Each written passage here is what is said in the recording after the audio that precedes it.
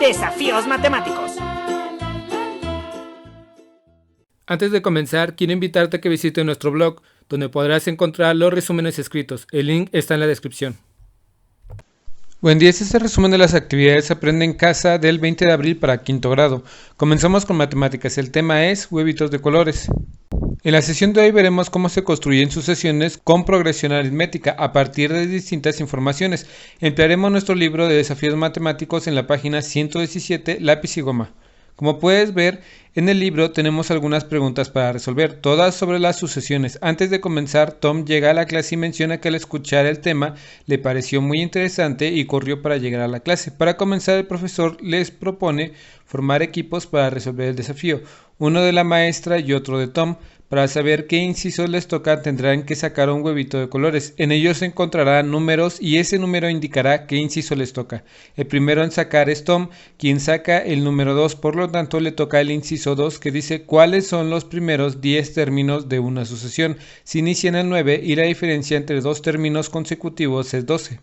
Entonces podemos decir que se inicia en el 9 y hay una diferencia de 12, sería 9 más 12 dándonos 21. Y como dice que son 10 términos consecutivos, por lo tanto sumaremos 12 a cada resultado y podemos obtenerlos. Si a cada resultado sumamos 12, entonces el primer término es 9, el segundo es 9 más 12, nos da 21, el siguiente es 21 más 12, nos da 33, 33 más 12 son 57, 57 más 12 son 69. 69 más 12 son 81 y 81 más 12 son 93. 93 más 12 son 105 y 105 más 12 son 117. La maestra escoge el huevito naranja que contiene el número 1, por lo tanto le toca el inciso 1 que dice si una sucesión aumenta de 7 en 7, ¿cuáles son los primeros 10 términos si inicia en el 4? Para ello debemos iniciar en el número 4 y sumarle 7 a cada resultado. Sumamos 4 más 7 es igual a 11, 11 más 7 es igual a 18, 18 más 7 es igual a 25, 25 más 7 es igual a 32 y así hasta tener los 10 términos en 60 más 7 igual a 67. En el turno de Tom escogió el 3 que dice el primer término de una sucesión de un medio y aumenta constantemente un tercio. ¿Cuáles son los primeros 10 términos de la sucesión? Lo primero que debemos hacer es buscar fracciones equivalentes, es decir, buscar un mismo denominador para ambas fracciones, que es el 6. Podemos convertir esas fracciones en sextos. Así tendríamos en sextos los 2 como denominador. Para que la fracción sea equivalente también debemos cambiar los numeradores. En este caso, para que el primer denominador se convierta en 6 multiplicamos por 3, pero también el numerador debe multiplicarse por 3. En la segunda fracción el denominador se multiplicó por 2, así que el número debe multiplicarse por 2. De esta manera ya tenemos dos fracciones equivalentes con igual denominador que podemos sumar fácilmente. Entonces un medio sería igual a 3 sextos y un tercio es igual a 2 sextos. Cuando convertimos a fracciones equivalentes ya lo podemos sumar y decimos que ahora tenemos 3 sextos más 2 sextos. Lo sumamos y nos da 5 sextos. Un tercio es igual a 2 sextos, entonces quedaría el primer término es un medio, luego sumamos un tercio y nos da 5 sextos, más 2 sextos porque ya dijimos que un tercio es igual a 2 sextos, entonces son 7 sextos, más 2 sextos es igual a 9 sextos, más 2 sextos son 11 sextos, más 2 sextos son 13 sextos, más 2 sextos, 15 sextos y así podemos encontrar todos los demás. Finalmente, en el inciso 4 nos dice la diferencia entre dos términos consecutivos de una sucesión es siempre un cuarto. Si inicia en un medio, ¿cuáles son los primeros 5 términos de la sucesión? Solamente sumamos un medio más un cuarto, que es lo mismo que 2 cuartos más un cuarto, y esto es 3 cuartos. Luego suma otro cuarto y así... y son 4 cuartos, más un cuarto son 5 cuartos, más un cuarto son 6 cuartos. Seguimos con ciencias, el tema es técnicas de separación de mezclas. Todos los materiales que nos rodean son mezclas, como nuestra ropa, la comida, el papel, cualquier material combinado nos da como resultado una mezcla. Puede ser homogénea o heterogénea. Homogénea, del mismo género o mezcla de sustancias iguales, y heterogénea significa de distintas clases o naturaleza. Heterogénea, que está formada por elementos de distinta clase o naturaleza. En las mezclas homogéneas, como lo dijimos en la clase anterior, no se distinguen sus componentes y la composición es uniforme como el agua del mar y el aire. Y en las mezclas heterogéneas son componentes visibles, por lo que se distingue a simple vista, como la arena o algún guisado.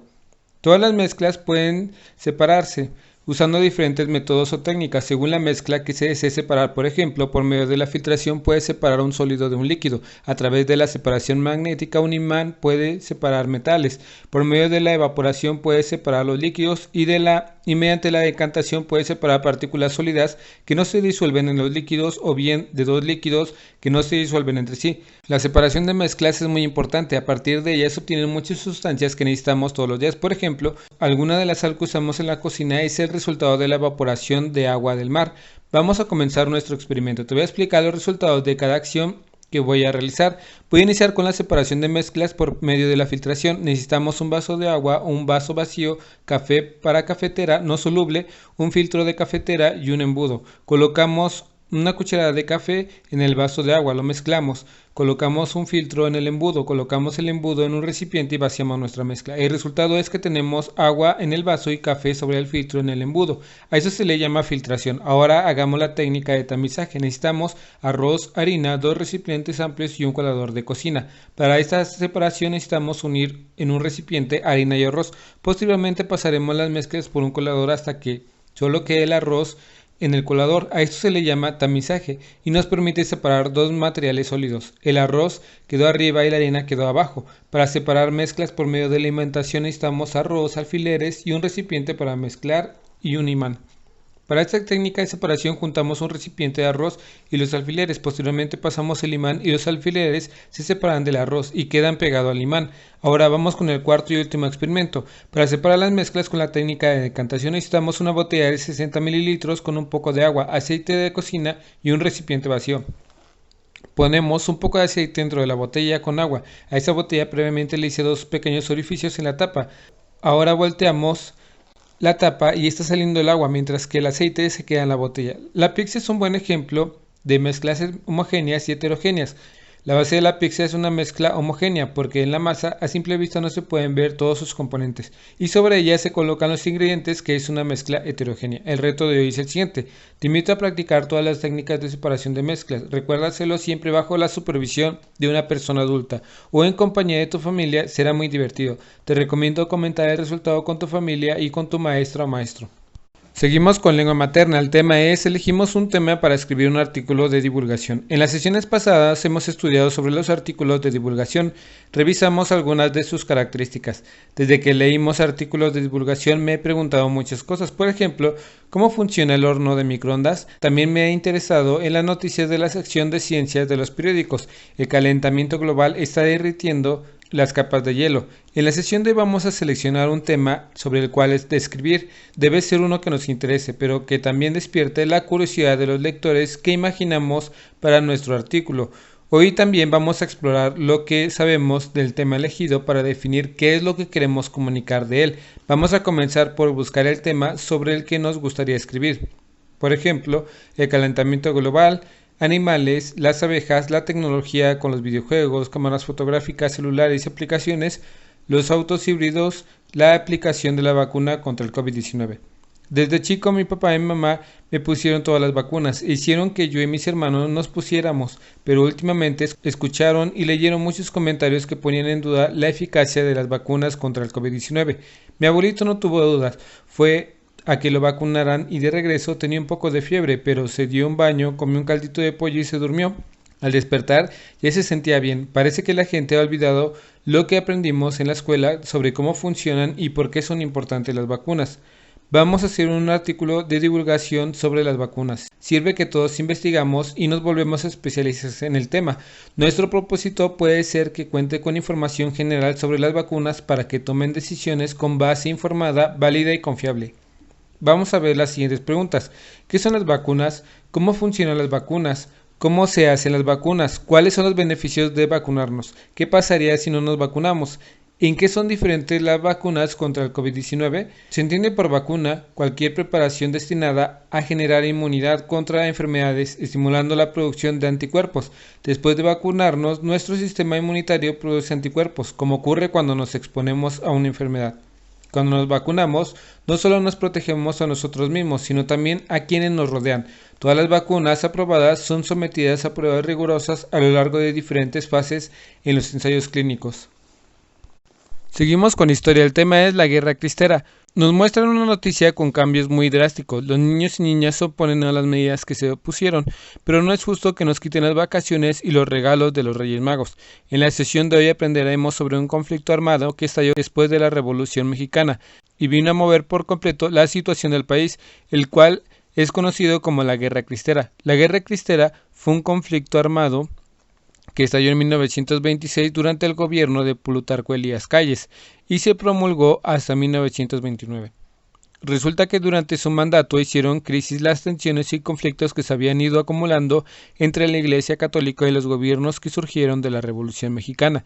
La Iglesia Católica había quedado descontenta desde la promulgación de la Constitución de 1917, pero el descontento alcanzó su punto máximo con la promulgación de la reforma al Código Penal, que sería conocido como la Ley Calles. Los principales puntos que marcaba la Ley Calles fueron los siguientes: prohibición a sacerdotes extranjeros para que oficiaran ceremonias, prohibición del culto en exteriores, prohibición de escuelas católicas, impedimento para que los ministros religiosos participaran y opinaran sobre la política nacional.